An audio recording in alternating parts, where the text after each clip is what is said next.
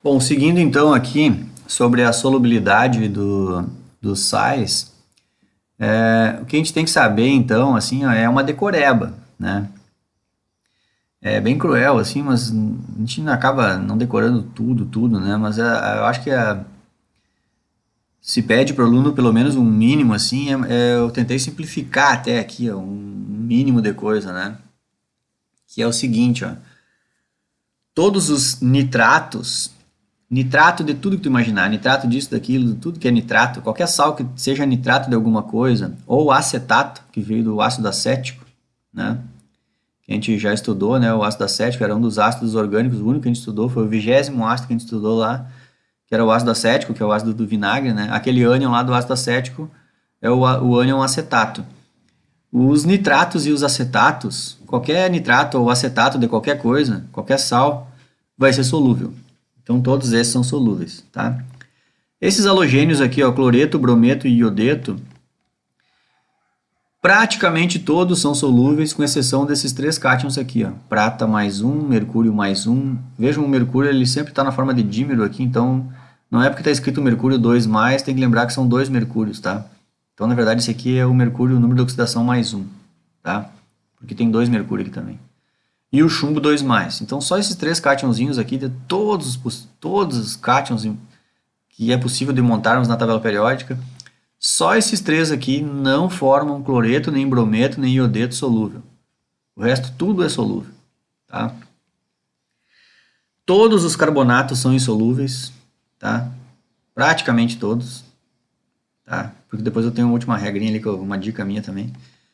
E os sulfatos também, a maioria dos sulfatos são insolúveis. Tem essas quatro exceções aqui, cálcio, estrôncio, bário e chumbo. E essa aqui é uma dica minha, que é bem legal, essa dica aqui, que é todo o sal onde o cátion for sódio, potássio ou amônio é solúvel. Bom, o que eu gosto também de dizer para os alunos, né? Essa aqui é uma dica minha, essa de baixo aqui, tá? Mas assim, ó, o mínimo assim que eu acho que é interessante a gente saber, né? Que aqui, ó, nitrato, acetato, cloreto, brometo e iodeto, a maioria são solúveis. Então, no grosso modo, muito difícil tu errar, entendeu? Vai errar se for as exceções. Mas tu decorou que tudo isso aqui é bastante solúvel. E outra coisa que é bem interessante tu decorar é que os carbonatos, por exemplo, eles são insolúveis. Tudo que é carbonato, não sei do que, é insolúvel. E os sulfatos, a maioria também são. Só que tem algumas exceções. Pode ser que tu erre nas exceções. Tu não decorou as exceções, né? Pode ser que tu erre aqui, mas tu já decorou que no grosso os sulfatos são insolúveis. E essa dica aqui é muito boa, que é se o sal ele é de sódio, potássio ou amônio, não interessa do que seja, são solúveis, tá? Nenhum desses cátions aqui ele forma sal insolúvel, tá? Então não interessa o ânion que seja. Então tá aí as minhas dicas que eu dou para vocês, né? Um jeito de decorar. Se decorar tudo isso aí, show de bola. Se não decorar as exceções, é muito difícil errar. Na maioria das vezes tu vai acertar. É tipo o jogo, a probabilidade de ganho é maior que de perder. Certo? E é horrível porque é decoreba, né, pessoal? Aqui é ruim por causa disso, porque é decoreba. Não tem o que dizer. É decoreba, tem que isso aí. É claro que nas provas a gente vai no que a gente tem na cabeça, faz a prova, acertou, parabéns, errou, paciência. Mas no dia a dia do mundo do trabalho, vocês já como profissionais, aí vocês não vão assim fazer coisa da cabeça de vocês e que vocês lembram do ensino médio. Vocês vão procurar rapidão lá saber se é solúvel ou se é insolúvel, né? É tranquilo. A questão é entender o que é solubilidade, blá blá blá, entender a nomenclatura, os sais, isso aí, perfeito. No mundo do trabalho isso não vai ser problema para vocês. Só que só vai ser problema para vocês quando vocês estão fazendo prova, né? Ou é o Enem, ou é depois lá para entrar no mestrado, fazer doutorado, concurso, né? Os mais variados concursos, e assim vai. Então aí vai ter que puxar coisa do cérebrozão de vocês aí. E aí se agarrem nas minhas dicas aí, ó. Nitrato, acetato, cloreto, brometo, iodeto, isso aí quase tudo é solúvel. E aí, e os insolúveis, os carbonato. Carbonato, sulfato. Até eu não botei aqui porque não é sal, né? Ficaria estranho eu botar nessa minha lógica aqui. Mas eu posso incluir aqui só de boca, né? Que é os hidróxidos, né? Lembra, a gente já estudou quem eram as bases fortes, né? Se quando tu estudou base, tu estudou quem eram as bases fortes, as fortes é os hidróxidos bastante solúvel.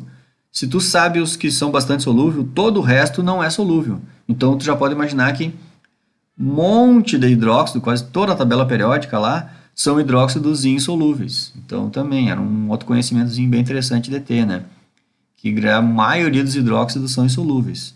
É só os hidróxidos solúveis é ali, é metal alcalino, e o alcalino terroso tu vai tirar o berilo e o magnésio, né? A gente já viu isso aqui, né? Ahn, bom, acho que aqui é isso, né? Então aqui é uma decoreba. Tentem aí assimilar aí o máximo que der, né? E aqui, já indo para a parte final, eu acho interessante isso aqui, né? Que essa aqui fala assim, mas para quê que uma pessoa tem que saber mais ou menos essas coisas?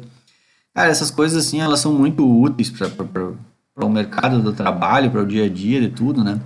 E aqui eu tenho por curiosidade aqui para vocês verem, isso aqui é um material da Anvisa, uma revista, meio de publicidade, né? Mostrando a importância da Agência Nacional de Vigilância Sanitária, e ela traz alguns casos marcantes, são só esses 6 casos aqui que estão simbolizados pelos desenhos, casos marcantes na trajetória da regulação sanitária, né? Mostrando que é importante ter regulamentos, normas e de procedimentos para algumas coisas, senão deixar cada um faz da sua cabeça, acontece coisas erradas, né? Então, por exemplo, aqui eu me lembro que aqui tem exemplos achar pessoas com doença de Chagas que tomaram suco de cana, aquele suquinho de cana da rua lá que é bom, né? Pois é, tu pode estar pegando doença de Chagas, nem sabe. E tem até aquele caso bem famoso do Césio 137, lá de Goiânia, né? Que uns catadores de lixo lá foram lá numa clínica lá, pegaram um aparelho de raio-x, abriram, acharam interessante, venderam para o sucateiro mexendo naquilo lá. As pessoas de quase toda da rua dele lá, muitos foram infectados pela radiação do Césio 137. E isso tem até filme brasileiro disso, né? E, inclusive isso aí aconteceu, se não me engano, acho que 1 ou 2 anos no máximo depois do acidente de Chernobyl, né? Então era uma coisa muito marcante para nós brasileiros aqui, só via pela televisão, aquelas coisas. Claro que esse é dividido não sei quantas vezes o desastre de Chernobyl, né? Mas aconteceu uma coisa muito parecida, que é com o mesmo princípio, né? Acidente radioativo em Goiânia, que é o caso do 137. Só que nessa revista aqui, que não é à toa que eu estou botando esse assunto aqui dentro do capítulo do SAIS, né? Eu não estou aqui para falar do Césio, né? Desde Chagas. Entre um dos casos muito marcantes que aconteceu no Brasil de regulação sanitária é um caso de solubilidade de sal.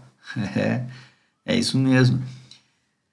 A solubilidade do sal é o seguinte, ó, quando a gente vai fazer raio-x, eu vou explicar para vocês, as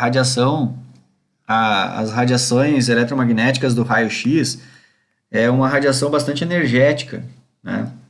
Ela tem um comprimento de onda bem baixo, assim, bem pequeno. E essa radiação, ela atravessa o nosso corpo, né? Ela atravessa, assim, então é uma peneira para a radiação do raio-x. E porque o nosso corpo ele é formado, a maior parte dos átomos do nosso corpo são átomos que na tabela periódica têm tamanhos pequenos. 99,99% dos átomos que tem no nosso corpo já posso dizer para vocês. Não lembro se um dia eu já falei, dá até uma piada, né? Que a gente é feito de nhoque. Nhoque é nitrogênio, o O oxigênio e o... Não, nhoque, né? NHOC. O N de nitrogênio, o hidrogênio, o H que é o hidrogênio, o O que é o oxigênio e o C que é o carbono. Só se tu pegar só 4 átomos aí, 99,99, eu acho, por cento de nós é feito isso aí. Nitrogênio, hidrogênio, oxigênio e carbono. E é tudo átomozinho pequenininho. Você pode pegar a tabela periódica e ver, estão lá em cima na tabela periódica. São átomos pequenos. E aquela radiação do raio-x cruza que a gente é uma peneira para ela, passa direto pela gente. Os nossos ossos têm cálcio. Se você pegar a tabela periódica, vamos ver que o cálcio é um átomo maior. Então a radiação até atravessa um pouco, mas já fica mais... Não é tanta radiação que atravessa. Então lá naquela chapa que a gente faz o raio-x, que é a imagem final, né? Aonde a gente tem os nossos ossos, já fica menos manchada a chapa. Né? Chegou menos radiação ali na chapa, certo? Porque o osso já é mais opaco para a radiação de raio-x, beleza? Então eu estou fazendo uma explicação do que é fazer um exame de raio-x, tá? Só que quando a gente quer fazer um exame de raio-x para enxergar a parte... como é que eu vou dizer? Estômago, a parte do organismo aqui, né, esôfago e tudo mais, a gente ingere lá na hora de fazer o raio-x um contrastante que chama. O contrastante, ele é um sal com um átomo, o cátion do sal, ele tem que ser um átomo grandão, tá? Podemos voltar aqui, ó. Deixa eu pegar a tabela periódica aqui. E o átomo grandão usado é esse cara aqui, olha o tamanho desse átomo aqui, ó. Já estamos lá na finaleira, ó. Ele tem 6 camadas de elétron, o número atômico dele é 56. Então, a gente ingere lá na hora, antes do raio-x, parece um leite de magnésio, a gente não estudou aqui o leite de magnésio, que é o hidróxido de magnésio, só que aqui a gente vai tomar um pouco antes do raio-x, uma solução parece leitosa assim, só que ela é o sulfato de bário. Sulfato veio do ácido sulfúrico, certo? E o bário veio do hidróxido de bário. E o bário, ele é um átomo bem grandão. Então, se a gente ingere aquele líquido ali com aquele átomo grandão, o raio-x ele vai ser bastante opaco para o raio-x. Opaco quer dizer que ele é um átomo tão grande que a radiação do raio-x bate no núcleo do átomo e não vai adiante. Interfere, né? Parte da radiação bate naquela parede ali, entendeu? É uma parede que a radiação encontra. Quando que os nossos átomos pequenininhos do corpo, carbono, hidrogênio, nitrogênio, é muito pequenininho, a radiação passa direto. Então, esse átomo bário, ele é um átomo opaco, se não me engano aqui no próprio texto da Anvisa, lá, deixa eu me lembrar que eu não me lembro. Não sei. Tem um outro nome mais bonito para isso, mas que ele é um... Bom, deixa assim, depois eu me lembro até. Contrastante, né? Uso de contraste radiológico. O que quer dizer contraste? Quimicamente falando é isso, é tu colocar um átomo grandão que a radiação, a raio-x vai bater no núcleo do átomo e não vai seguir adiante. Então lá não vai marcar a chapa metálica. Então na real da história, aqui as pessoas, então, quando vão fazer um raio-x e o médico quer entender mais ou menos como é que está teu organismo ali, estômago, faringe, coisa nada, tu ingere aquele sulfato de bário, porque aí ao ingerir isso daí, tu está ingerindo esse átomo bário, que é grandão, e a radiação vai bater nele e não vai chegar lá. Então tu vai ter várias partes do teu organismo, vai ficar bem manchada na radiografia, coisa que se tu não tivesse tomado o sulfato de bário, não ficaria manchado, porque não estava os bários lá no caminho do raio-x, certo? Essa é a utilidade do contrastante, né? Então lá na medicina o pessoal chama isso, o contrastante radiológico, tá? E o princípio ativo, então, ali é o bário. Beleza. Só que, para usar o bário, qual é o bário que você usa? Você usa o sulfato de bário. Por quê?